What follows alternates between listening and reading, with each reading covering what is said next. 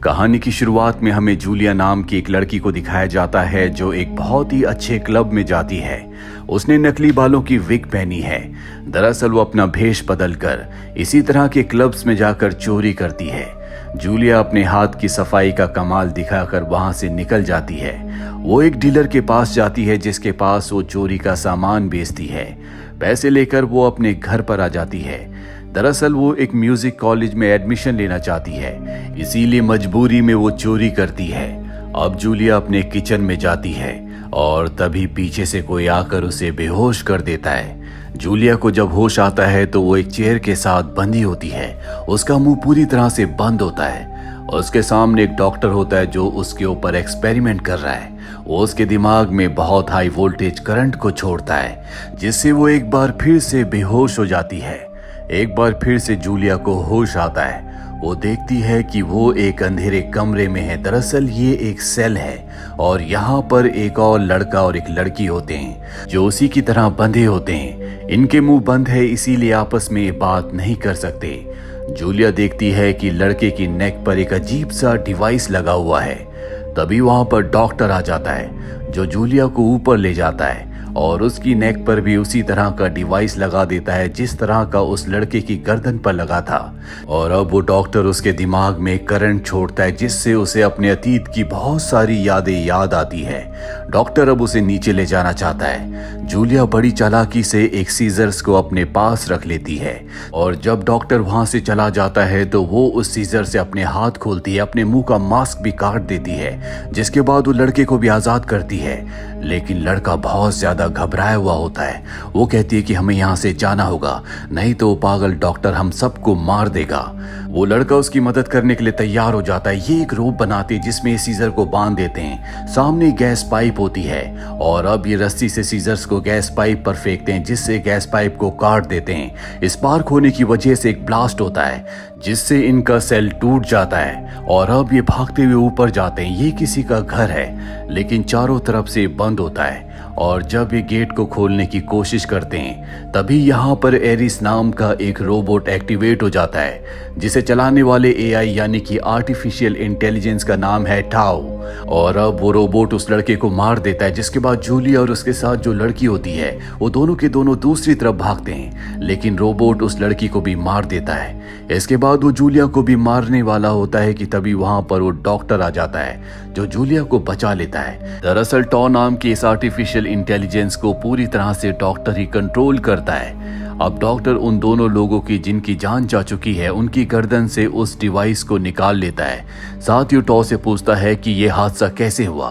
टॉ कहता है कि मेरे पास इसका कोई रिकॉर्ड नहीं है। ये बहुत ही एडवांस आर्टिफिशियल इंटेलिजेंस है जो हर काम कर सकता है। ये पूरे घर की सफाई कर देता है। और अब डॉक्टर जूलिया के पास जाता है। वो कहता है कि अगर तुमने फिर से भागने की कोशिश की तो मेरा आर्टिफिशियल इंटेलिजेंस यानी कि टॉ तुम्हें मार देगा। ये कहकर वो घर से निकल जाता है। कुछ देर के बाद जब वो घर वापस आता है तो उसके आर्टिफिशियल इंटेलिजेंस ने घर को पूरी तरह से पहले जैसा कर दिया है, जो देखकर डॉक्टर बहुत खुश होता है और वो टॉ के लिए उसका फेवरेट गाना चलाता है।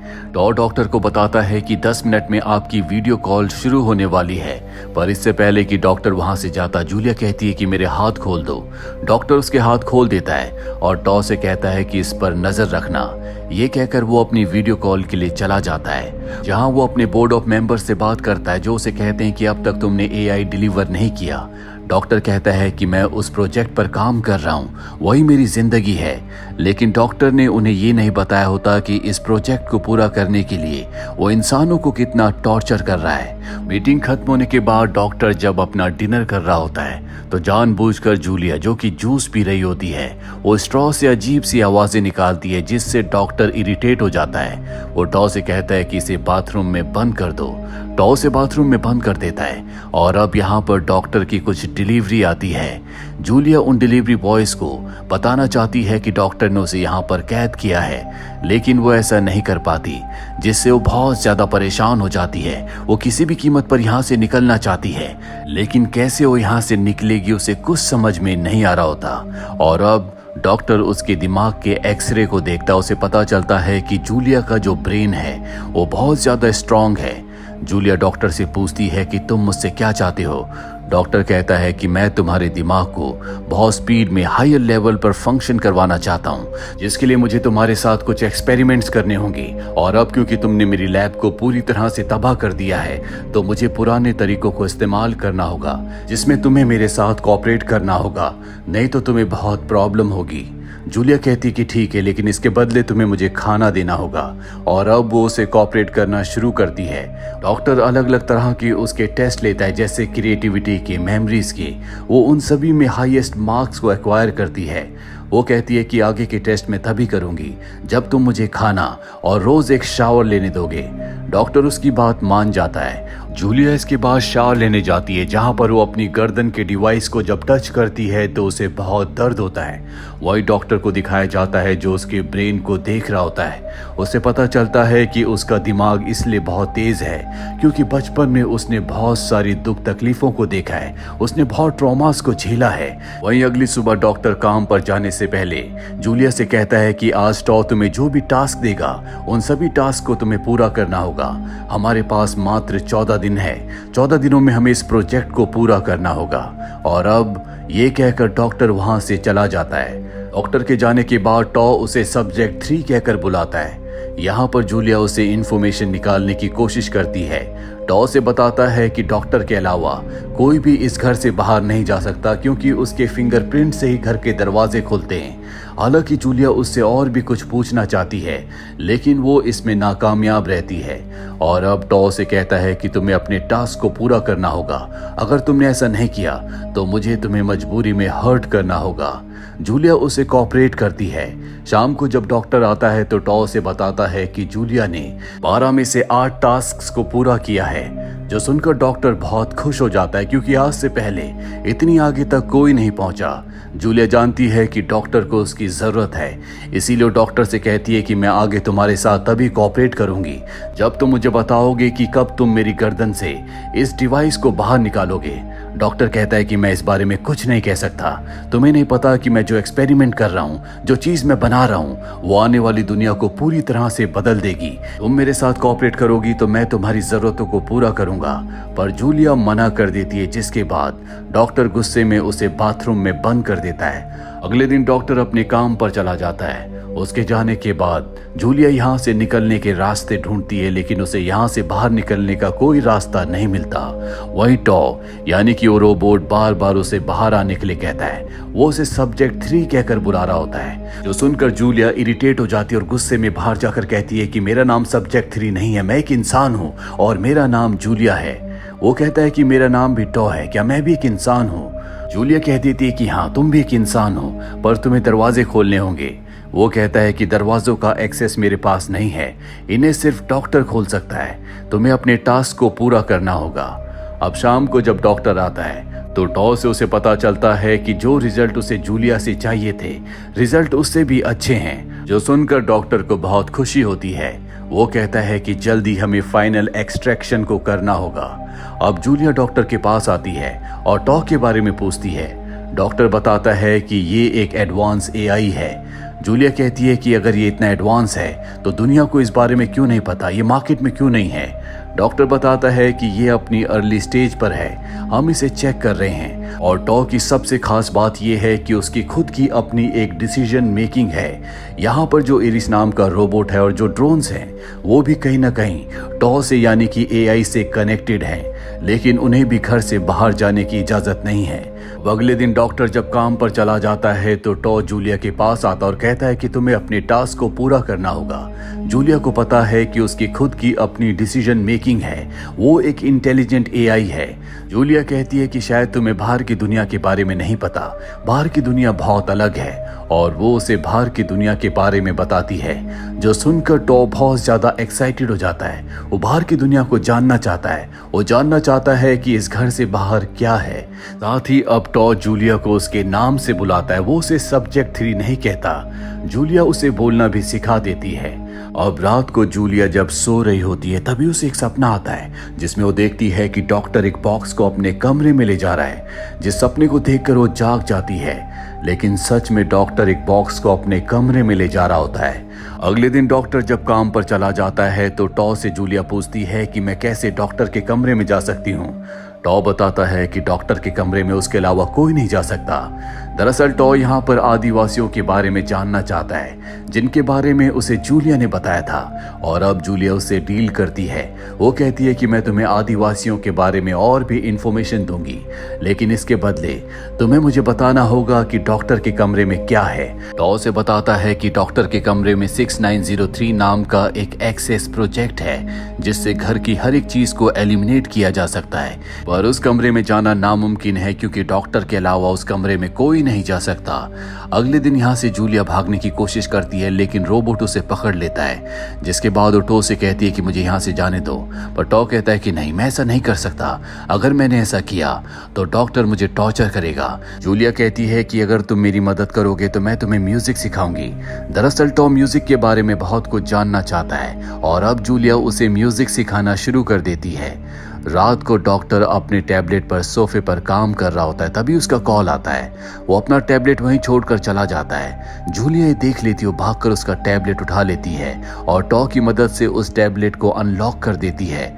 वो देखती है कि उसी की तरह यहाँ पर बहुत सारे लोगों के ऊपर डॉक्टर ने एक्सपेरिमेंट किए थे, जिसके बाद उसने उनकी गर्दन पर लगे हुए डिवाइसेस को यानी कि इम्प्लांट्स को निकाल दिया, जिससे उनकी मृत्यु हो गई। और अब वो जूलिया के साथ भी ऐसा ही करने वाला है। अब इससे पहले कि डॉक्टर यहाँ पर आता, वो टैबलेट को अपनी जगह पर रखकर वहां से चली जाती है।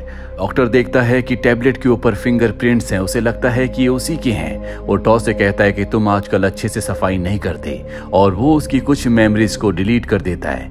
अब रात को जब वो जूलिया के साथ डिनर कर रहा होता है तो बड़ी चालाकी से जूलिया उसके स्पेक्स निकाल लेती है और स्पेक्स से उसके फिंगरप्रिंट्स को प्रिंट कर लेती है। इसके बाद डॉक्टर एक बार फिर से अपने स्पेक्स को देखता है कि उस पर भी फिंगरप्रिंट्स हैं, और वो इस बात के लिए टॉ को जिम्मेदार ठहराता है क्योंकि टॉ को उसने हर एक चीज को साफ करने का ऑर्डर दिया था। और एक बार फिर से वो उसकी कुछ मेमोरीज को डिलीट कर देता है, जिससे टॉ को बहुत दुख होता है। दरअसल टॉ के अंदर इंसानों की तरह फीलिंग्स अब डिवेलप हो रही हैं। वो नहीं चाहता कि उसकी यादों में से कुछ भी मिटाया जाए। अब डॉक्टर वहां से चला जाता है, जिसके बाद एलेक्स उससे पूछती है कि तुम उसे रोकने की कोशिश क्यों नहीं करते। वो बताता है कि मैं अपने क्रिएटर को नुकसान नहीं पहुंचा सकता। अब डॉक्टर वापस आ जाता है क्योंकि उसकी डेडलाइन खत्म होने वाली है। आज ही उसे प्रोजेक्ट को अपने सीनियर्स को, बोर्ड ऑफ मेंबर्स को देना होगा, नहीं तो उसे पैसे नहीं मिलेंगे। इसीलिए वो बहुत ज्यादा परेशान है और इसी परेशानी का फायदा उठाकर जूलिया चाकू से उसके ऊपर हमला कर देती है। लेकिन डॉक्टर की किस्मत अच्छी होती है, वो बच जाता है। वो उसे पूरी तरह से काबू में कर लेता है। वो जूलिया को नुकसान पहुंचाना चाहता है, लेकिन अब टॉ रोबोट को डॉक्टर के ऊपर छोड़ देता है, जिससे डॉक्टर को बहुत गुस्सा आता है। वो कहता है कि तुम्हें जूलिया के ऊपर अटैक करना होगा, पर टॉ ऐसा नहीं करता, जिसके बाद वो उसकी मेमोरीज को मिटा देता है। लेकिन टॉ ने अपनी और जूलिया की मेमोरीज को अलग से सेव करके रखा होता है, जिस वजह से वो जूलिया को बिल्कुल भी हार्म नहीं करता। टॉ को बहुत गुस्सा आता है, वो उसे रिपेयर करना शुरू करता है, और यहाँ पर जो ड्रोन्स होते हैं जो कि पहले टॉ से पूरी तरह से कनेक्टेड थे, वो उन्हें उससे डिस्कनेक्ट भी कर देता है। अगले दिन वो अपने ऑफिस चला जाता है, जिसके बाद जूलिया टॉ से कहती है कि तुम एक किलिंग मशीन हो, जिससे टॉ को बहुत गुस्सा आता है क्योंकि वो ऐसा नहीं है। वो किसी को हार्म नहीं पहुंचाना चाहता, लेकिन वो मजबूर है। जूलिया टॉ से कहती है कि उस डॉक्टर ने तुम्हें बनाया जरूर है, लेकिन इस जिंदगी को तुम्हें कैसे जीना है तुम्हें खुद चुनना होगा। वो एक बुरा इंसान है। अगर तुमने मेरी बाहर निकलने में मदद नहीं की तो जिस तरह से डॉक्टर ने दूसरे इंसानों को मारा है वो मुझे भी मार देगा। टॉ को उसकी बात समझ में आ जाती है, इसीलिए वो उसके बाहर जाने का रास्ता खोल देता है। जूलिया कहती है कि मैं तुम्हें बचाने के लिए वापस जरूर आऊंगी, और इस जगह से वो निकल जाती है। डॉक्टर जब वापस आता है तो टॉ से जूलिया के बारे में पूछता है, और जब उसे कोई जवाब नहीं मिलता तो गुस्से में आ जाता है। और अब टॉ के अंदर जो बची कुची यादें होती हैं उन्हें भी वो पूरी तरह से मिटा देता है। अब जूलिया ने जैसा कि टॉ से वादा किया था वो उसे बचाने के लिए वापस आती है, लेकिन टॉ की यादें मिट चुकी है। इसीलिए डॉक्टर के कहने पर वो जूलिया को पकड़ लेता है, और अब डॉक्टर उस पर एक्सपेरिमेंट करना चाहता है। लेकिन अब भी वहां पर एक ड्रोन होता है, क्योंकि ड्रोन को उसने पूरी तरह से टॉ से डिस्कनेक्ट कर दिया था।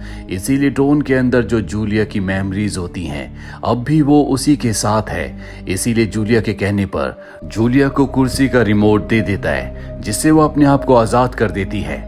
डॉक्टर वहां पर आकर उसे इंजेक्शन लगाने वाला होता है कि जूलिया उस पर हमला करके उसे बेहोश कर देती है। अब उसे डॉक्टर के कमरे में जाना है, जिसके लिए उसे फिंगरप्रिंट्स की जरूरत है, इसीलिए वो डॉक्टर के हाथ को काट देती है। और जब वो डॉक्टर के कमरे की तरफ जा रही होती है तो यहाँ पर जो रोबोट होता है उसे मारने के लिए उसका पीछा करता है, लेकिन वो अपनी जान पर खेल कर डॉक्टर के हाथ से उसके कमरे को अनलॉक करके कमरे के अंदर जाकर घर के सेल्फ डिस्ट्रक्शन मोड को ऑन कर देती है, जिसका मतलब ये है कि अगले 60 सेकंड्स में उसे घर से निकलना होगा, क्योंकि 60 सेकंड्स के अंदर ये पूरा का पूरा घर डिस्ट्रॉय हो जाएगा। अब वो मेन गेट तक पहुंचती है, जहां पर वो डॉक्टर के हाथ से मेन गेट को खोलने की कोशिश करती है, लेकिन बहुत देर हो जाने की वजह से हाथ अब ठंडा हो चुका है और जब तक फिंगरप्रिंट्स में हीट ना हो तब तक वो काम नहीं करते, इसीलिए दरवाजा नहीं खुलता। डॉक्टर भी वहां पर जख्मी हालत में आ जाता है, पर अब 60 सेकंड्स पूरे हो चुके हैं, इसीलिए घर गिरना शुरू हो जाता है और घर की दीवारों के नीचे दबकर डॉक्टर मारा जाता है। हालांकि यहाँ पर जूलिया टॉ को बचाना चाहती है, लेकिन वो ऐसा नहीं कर सकती। वो दीवारों के बीच के क्रैक से बचकर बाहर निकल जाती है। पूरा का पूरा घर डिस्ट्रॉय हो जाता है, लेकिन वो देखती है कि अब भी एक छोटा सा ड्रोन वहां पर है जो उसकी आवाज से एक्टिवेट हो जाता है, जिसका मतलब टॉ अब भी कहीं ना कहीं उसके अंदर जिंदा है। इसी के साथ ये फिल्म, ये कहानी यहीं पर खत्म हो जाती है। उम्मीद करते हैं कि ये कहानी आपको पसंद आई होगी।